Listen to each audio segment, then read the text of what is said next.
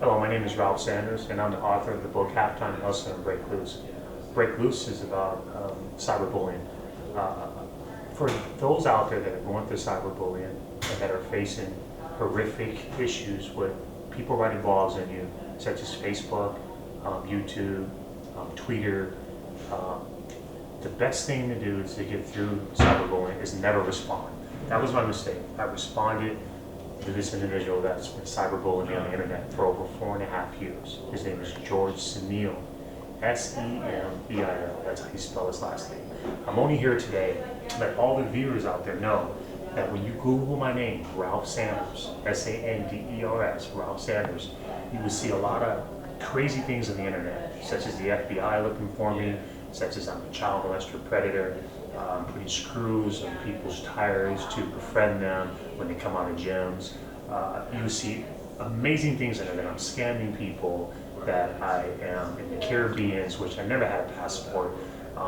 This individual has downloaded my picture from my website and constantly made these sites to make people be afraid of me, to fear me. Apparently that's why I'm here today. I'm coming live. There's no FBI looking for me. There's no local community police department looking for me. There's no warrants for my arrest. No one has filed any charges against me for sexual harassment or harassing, period. I'm only coming forward once again just to let all the viewers out there know, the people in my community of Granite Bay, California, El Dorado Hills, Southern California, San Jose, even Las Vegas. This individual has went on there on the internet and also put a site on me saying, be aware, Nevada City and Las Vegas, that Ralph Sanders is in town, because this individual knows that I also go to Vegas and do book signings at hotels. He feels once he did that, it would discredit my ability and my image and my character not to be accepted to do book signings there. This is very horrific and very devastating. This is the type of cyberbullying that's beyond your comprehension. You Google my name once again, you'll see a lot of disturbing things. Sites such as ripoff.com, Scam Alert, cheatersville.com, topic forums. You see all these things that this man has created. He's catfishing. He's only one individual. This individual goes by the name George Francis, but his real name is George Semiel. His background, he used to be in a mental institution in the 80s for attempted murder. If you want to get in touch with me, my number is 916-262-4556. I'll be glad to give you a free book. Break Loose pretty much puts it all together and talks about everything that this individual has done to me over the years. Now, he still is attacking me today. This individual is also writing blogs to corporate of my gym membership in the community. I won't disclose the name of those companies because of civil law issues. Apparently this has really destroyed, actually not only destroyed, but it has hindered my employment, such as working at a car dealership. I am a licensed salesman. This individual somehow stalks me or has someone stalk me and find out my whereabouts, and what he does is he writes letters to these individuals' companies and like corporate, and they let me go. Because all the things that he's writing are really things that are frightening people to fear me as a person. Now, I do have a background. I got in trouble in my background for forgery and burglary in 1994. Got in trouble for it when I was a college student. Cleared up my life, became a Christian, had a daughter, got married over the years. This individual is just the type of person that has a mental background that's very jealous and very, let's say, very driven to destroy me and my family. If you read the book once again, you will understand the horrific, vindictive thing going on here. I don't have much to say on this site. I wanted to be very short and simple to all the viewers out there, such as individuals such as correction officers that I run into in Folsom, California. They read these things and it disturbs them, distracts them, because I do have a past.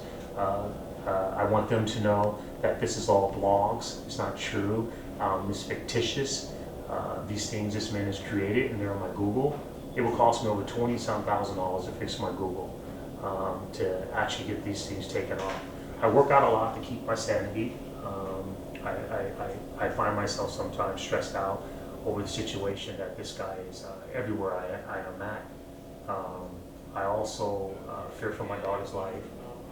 My wife wife's life. He knows where she teaches school. She's a school teacher. He knows where my daughter goes to school. I went to the FBI office over 3 times before. I won't give those agents' names up. I have went to the local police department in El Dorado County. They didn't seem to do anything about it. Me and this man, George Semiel, has attended court over 11 times. Apparently, he has misled the courts. He had deceived them, even the DA's office, to make them think that that these things about me are true, that he has written and played the game catfish, as in writing blogs, pretending to be other individuals, that there are no victims. If you would Google the name Judith Ritchie, photographer, you will see that he attacked her. She once upon a time was on the same side with him, and he lured her in to make her believe that he was a CIA agent. This individual actually believes in his mind that he is a CIA agent, and he manipulated and pretty much coerced her to come into a battle to attack me. Things backfired on her. You can Google Judith Ritchie, photographer, and it'll come up, or you can go to my website, halftimehustler.com. The video is there. I want to say also that in El Dorado County, this all started about 6 years ago. We were in El Dorado County, we moved up there, thought we'd have a life, and this individual was a neighbor. He babysat our daughter. He said he was married. He said that he was retired from the CIA. We found out later that he wasn't once we took our daughter back. Our daughter was 13 months at the time. He watched her for 4 months. Ever since we took her back, all hell has broke loose. This individual started writing blogs on me once my book, Halftime Hustler, came out. Halftime Hustler is an autobiography as well that talks about my past from high school all the way up until now. I was very honest in Halftime Hustler. It talks about how I lied, how I cheated, how I conned, how I twisted and wasn't direct, and how I was incarcerated for embezzlement many years ago. This individual took my story and he twisted it as if I'm a halftime hustler today. And it has actually disturbed people in my life, disturbed my family, my family, immediate family, and also my family, my daughter and my wife. And these are serious accusations that this man is writing about me that are very false and very detrimental to my future and to my friendship and to my church. It was devastating because, not having a job, living off of one income, it was very devastating because moving from where we were at in the El Dorado Hills in Serrano, a very prestigious area, this man kept attacking us. We moved off one street to the next street thinking that he would leave us alone, and we ended up living there for a year on the next gated community, not even half a mile from him in the same community. He started writing blogs to the neighbors, and these neighbors started taking dislike toward us, and it pretty much started fearing us, so we had to get out of there. So we pretty much moved out of the county since the authorities wasn't doing anything about it, because every time the authorities would come out to our house and we would call them and tell them the story about this man cyber harassing us and stalking us and things like that, they really thought it was just a story, but it was an actual real story that was really happening, like I said, beyond cyberbullying. So we moved out of that county, and then we ended up moving to Granite Bay, and apparently he found our address there after 6 months. He started writing blogs on the ripoff.com, pretending to be all these different people, such as Helen, Jennifer, Julie, Michael, Susan, all these different rebuttals that were really him. Like I said, he catfishes very well. And to make these things seem believable to the community. So he pretty much wrote businesses, small businesses in the town center of El Dorado County, and to the local gym, like I said, and to areas where the shopping center where we may shop or get our car fixed, or the tire place. And these people that know me very well over the years of living up there 9 years would ask me questions. Before you know it, there's a district attorney man going around with my Halftime Hustler book and pretty much asking questions about Ralph Sanders. Because they're going to do their full due diligence, when George Semiel, my attacker, is constantly writing their blogs to their office, and they see this man as myself, 6'7", African-American man, that's very outgoing, very personal, that's living the so-called good life to them.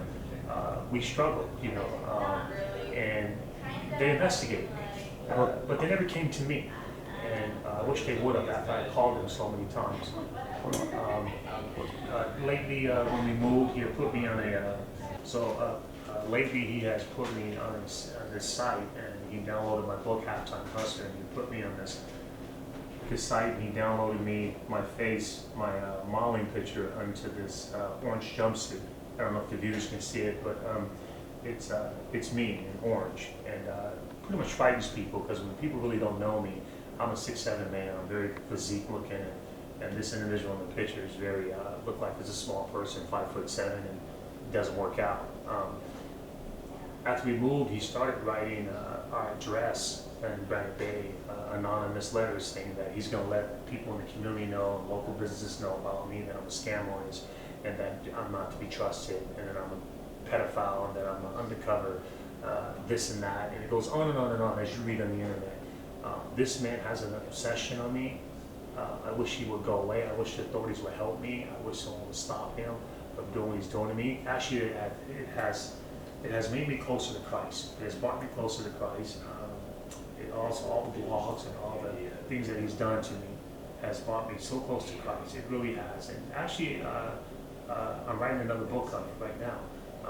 That will be out maybe in 4 to 5 months, about the deception of this man and what he's doing, what he has done to me, and still doing to me.